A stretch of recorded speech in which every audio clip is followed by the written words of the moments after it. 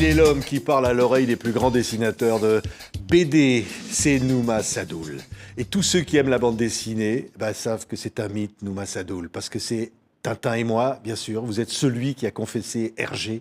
Et puis derrière, il y en a eu tant d'autres, des Gottlieb, d'autres. Et puis André Franquin. Vous publiez, j'allais presque dire enfin, 30 ans après, il n'était plus disponible, ce magnifique album et Franquin créa la gaffe. 36 ans. 36 ans d'attente pour arriver à retrouver ces conversations incroyables avec l'inventeur de Gaston Lagaffe, du Marsupilami, de Spirou, et qui était et qui reste fascinant, Numa Sadoul. Oui, il était fascinant. Moi, j'ai grandi avec lui. J'ai appris à lire dans Tintin et dans Spirou par Franquin. Donc, j'ai une vieille histoire avec ces auteurs qui remonte à ma plus petite enfance. Et il fallait absolument que je rencontre Franquin parce que, pour moi, c'était le plus grand. C'était le plus grand artiste de cette génération-là en Belgique et donc dans la francophonie. Et comme ça, j'ai pu le rencontrer comme j'ai rencontré tous les autres. Dans les années 70, quand j'ai fait ma thèse à l'université sur la bande dessinée, j'ai pu, comme ça, approcher tous ces gens-là. Oui. Qu'est-ce qui vous donnait envie d'aller rencontrer ces auteurs qui, souvent d'ailleurs, ne voulaient pas être interviewés, étaient très discrets, j'imagine, Hergé, Franquin, c'est pareil. Alors, Hergé et Franquin, c'est pas pareil. Hergé aimait bien être interviewé. Hergé est un homme public. Franquin était un homme extrêmement discret. Il n'avait pas envie de parler, il n'aimait pas la foule, il n'aimait pas se montrer. Mais tous les autres de cette génération-là, Roba, Möbius, Goscinny, je sais pas, enfin, Uderzo, avaient un contact très facile.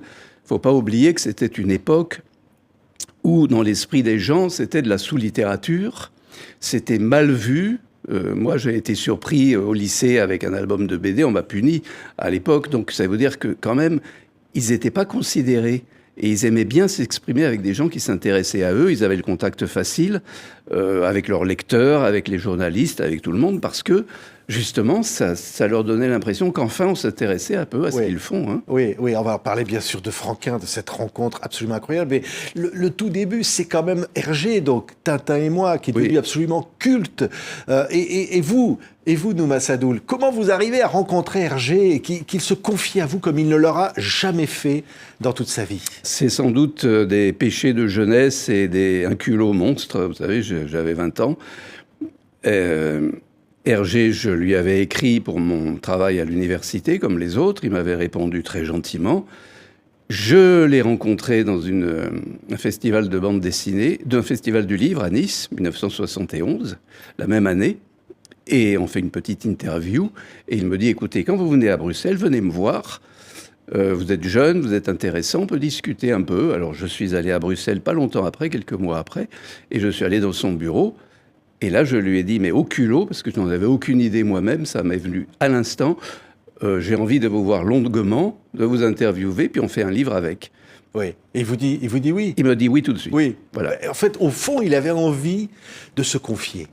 De se confier sur son rapport entre lui et Tintin. Oui, mais ça ne s'était pas fait avant. Voilà, il fallait bien que quelqu'un se jette là-dessus. Et tout de suite après, j'ai fait Gottlieb, qui est sorti avant, puisque Hergé a été un perfectionniste qui a mis quelques années avant de nous livrer le manuscrit final de mon livre. Après, j'ai fait Gottlieb, et après, j'ai fait, je ne sais plus, Möbius, enfin quelques autres. Et j'ai, pendant 10 ans, poursuivi et harcelé André Franquin pour faire la même chose avec lui. Ça me paraissait évident, après Hergé, qu'il fallait que ce soit Franquin qui soit... Mais il vous dit oui, mais pas tout de suite. Ah non, il ne dit pas oui du tout, il dit non clairement tout le temps. Ça n'a jamais été oui peut-être, sauf durant ce repas à Angoulême en 1983, où j'étais avec lui, sa femme, sa fille, on était tous les 4 tranquilles, et je ne sais pas, là, elles l'ont harcelé toutes les deux. On l'a pris comme ça en tenaille. Il y avait moi, elle, l'autre, lui au milieu, et ils ont tous dit « Ouais, mais pourquoi pas, ça serait bien de le faire. » Alors il a dit « Peut-être, oui, pour se débarrasser. » Vous avez donc la complicité de sa famille, et c'est raconté dans ce livre au début, parce que c'est formidable. Ce livre, c'est des centaines de pages d'illustrations. Il vous raconte tout. En fait, tout, mais vous remontez dans chacun des albums, chacune de ses créations.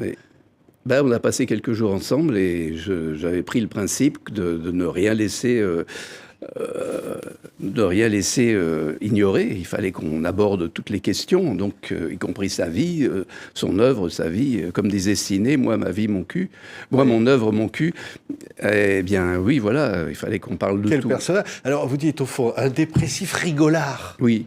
Il a un rire tonitruant. Il a un rire absolument tonitruant, un rire d'enfant. Et Franquin, c'est ça son secret, c'est que c'est un grand enfant, quelqu'un qui est resté enfant jusqu'à la fin de sa vie, qui s'éblouit lui-même quand il fait quelque chose de vraiment drôle ou qui lui plaît. Alors là, il est content, il est heureux comme un enfant, il le montre à tout le monde, il rit. Et puis le reste du temps, il trouve que c'est pas terrible, donc il écarte ou il oublie. Mais alors, dès qu'il est content, Franquin, c'est la joie de vivre incarnée, quoi. Ça a été comme ça jusqu'à la fin de sa vie, hein. Oui, Malgré les dépressions qu'il a connues, malgré un infarctus, un triple pontage, enfin toute une série de maladies qui sont tombées sur lui. Oui, alors il vous raconte évidemment sa propre enfance, sa découverte des dessins, de ceux qui l'ont influencé, de tout ce qui va faire qu'il va devenir André Franquin. Oui.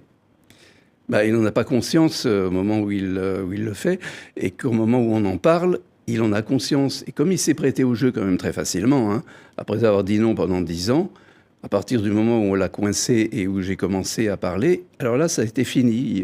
On a appuyé sur le bouton et puis ça ne s'est plus arrêté. Oui, 34 heures de dialogue et 26 cassettes audio. On avait des cassettes à l'époque, hein. Oui. 26 cassettes d'enregistrement qui vont donner tout ça. Et donc vous allez gratter, chercher comme ça.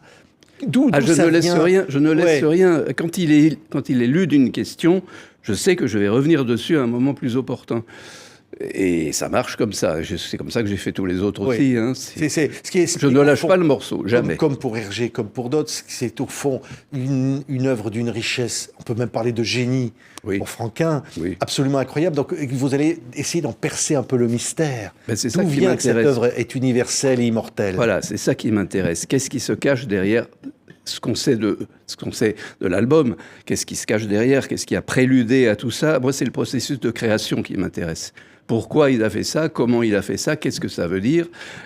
C'est ce qui m'a guidé sur tous les livres que j'ai faits avec tous ces gens-là, ou même les interviews que j'ai faites en petit format. C'était de savoir toujours qu'est-ce qui se cachait derrière, pourquoi, comment on était arrivé là. J'aime bien la fabrication des choses, hein. Je suis un petit artisan, là, j'aime bien comment on fabrique, comment on mitonne une idée. Et j'avais un grand projet d'ailleurs de ce style, hors BD, c'était avec Georges Brassens. Et malheureusement, il est parti avant que je n'ai eu le temps de le réaliser. C'est pareil, je voulais prendre ces chansons une par une. Je voulais qu'on sache. C'est derrière l'œuvre qu'on peut découvrir l'homme. Et voilà. Si on prend on pourrait parler évidemment du Marsupilami, de Spirou, de tant d'autres, mais si on prend évidemment Gaston, qui est le plus populaire de ces personnages, comment il explique Gaston Lagaffe? Qui est celui qui lui ressemble le plus. Gaston, c'est lui, hein.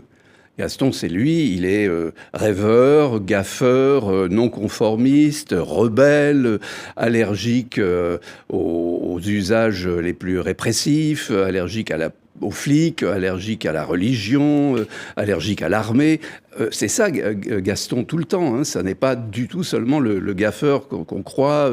C'est pas du tout. Gaston, c'est un ami de la nature, en plus. Il pleure quand il voit les hérissons écrasés et tout ça. Enfin, c'est incroyable. Et tout ça, c'est Franquin. Et c'est exactement lui. C'est pour ça que je pense qu'il est difficile de continuer Gaston par quelqu'un d'autre, alors que c'est une œuvre aussi personnelle. C'est vraiment lui, tout le temps.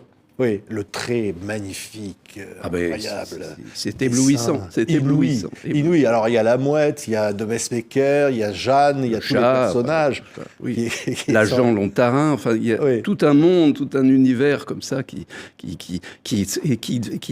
repose sur son observation de la vie. Hein, parce que Franquin, c'était ça. Il était très curieux des choses, des gens. Il sortait beaucoup. Malgré tout, c'était pas un sauvage. Il n'aimait pas parler en public, mais il n'était pas un sauvage. Il allait beaucoup au restaurant ou dans les expositions où il sortait, et il observait toujours. Son œil d'aigle voyait absolument tout, et il gardait en mémoire des tas de choses. On voit beaucoup dans les vieux Spirou de Franquin, la meilleure période de Spirou de Franquin, c'est-à-dire les années 60, tous les grands Spirou, il y a toute une foule, tout un grouillement de vie dans les rues, devant les vitrines, dans les magasins, et tout ça, c'est de l'observation. Les petites voitures qui passent, les gens, les mimiques des gens enfin, c'est admirable. Il y a que des détails que l'on pourrait examiner à la loupe. Chez Franquin, c'est magnifique. Oui, oui. Alors, autre série étonnante, c'est Idées noires. Oui. Je voudrais quand même qu'on dise un mot parce qu'elle détonne dans le reste. Elle est absolument géniale. Désespéré. Ouais. Il est désespéré. C'est un humour noir. Et drôle, oui. Oui, et drôle. C'est la continuation logique du reste. Hein. Gaston, déjà, c'était lui. Et les Idées noires, c'est lui encore plus. C'est lui dans ces dernières années, après 2 dépressions difficiles, un constat du monde qui va pas bien. Enfin, il était quand même très, très lucide sur l'état du monde. Et c'est ça qui ressort des Idées noires.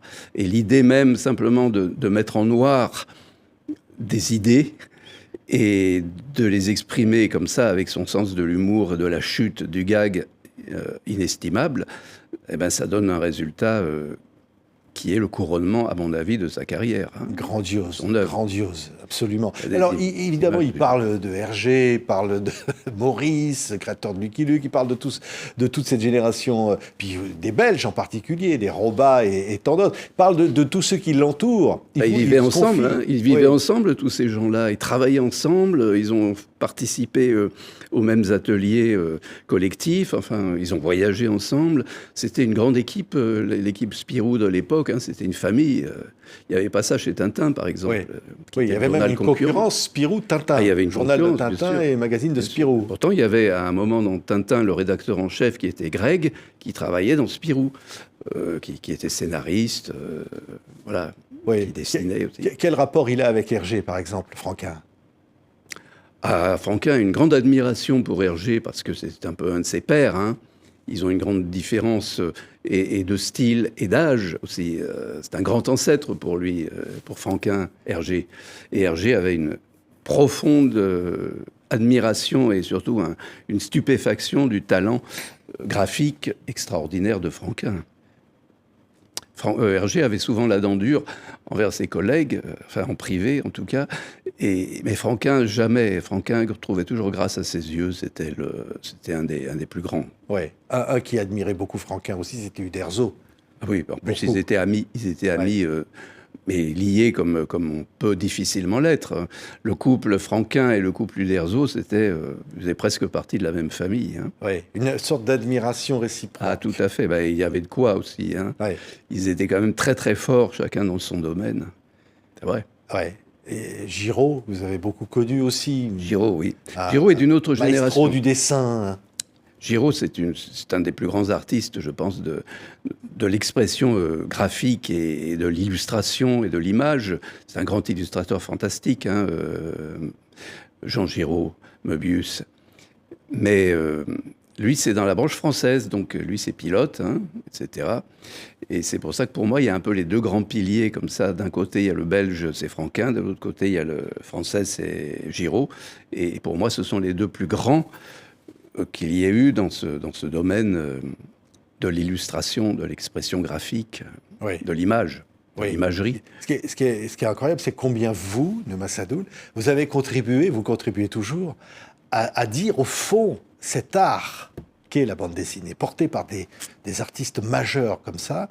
Ça va bien, bien au-delà de la distraction enfantine, de ce qu'a pu être, ce que vous l'avez dit d'ailleurs, la bande dessinée, comment elle était considérée à ce moment-là. Absolument.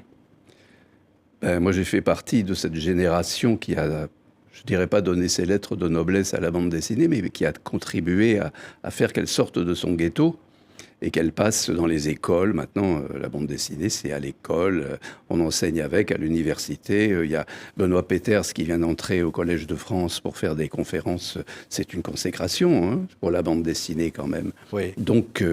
Maintenant, il n'y a pas un risque aussi, peut-être par rapport notamment à Tintin, d'en faire une sorte de pièce de musée? Si, oui, bien sûr, c'est un risque, surtout pour Tintin, vous faites bien de le dire.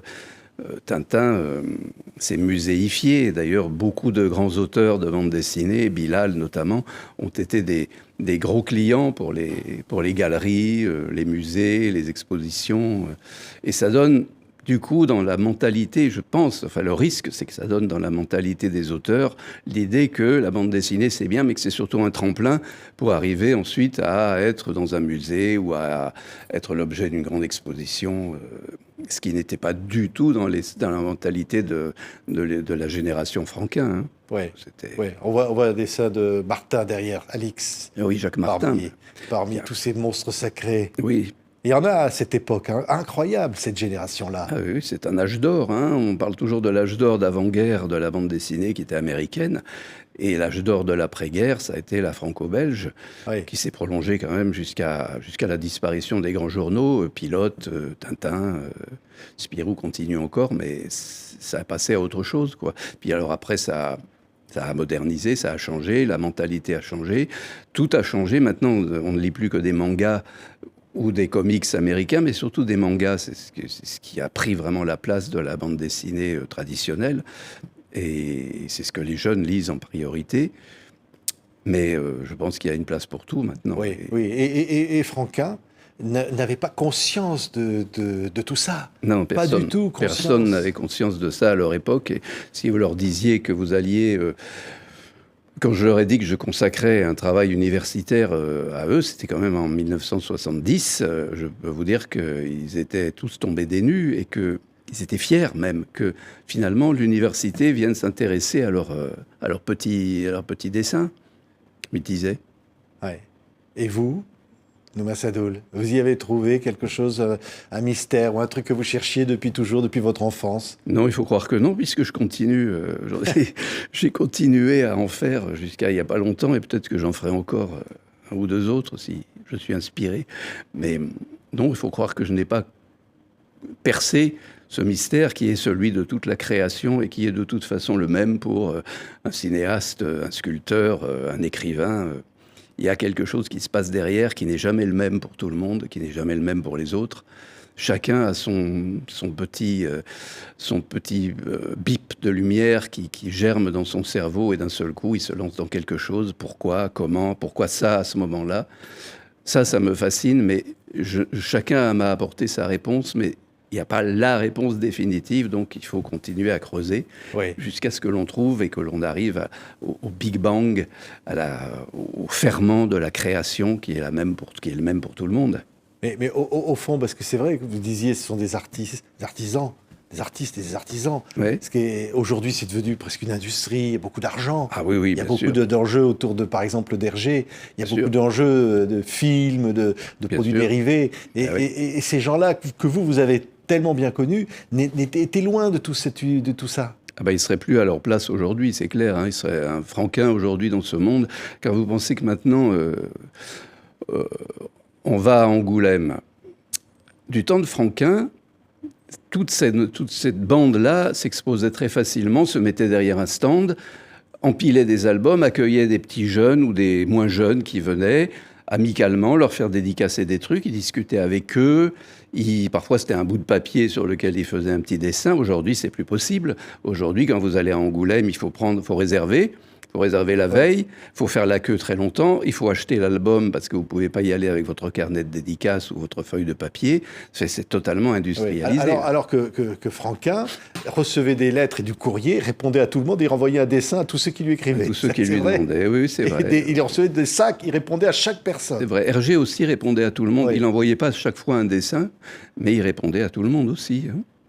Quelle génération. Et pourtant, ça se chiffrait en centaines ou en milliers. Hein. C'était pas 3 lettres comme ça qui se couraient après.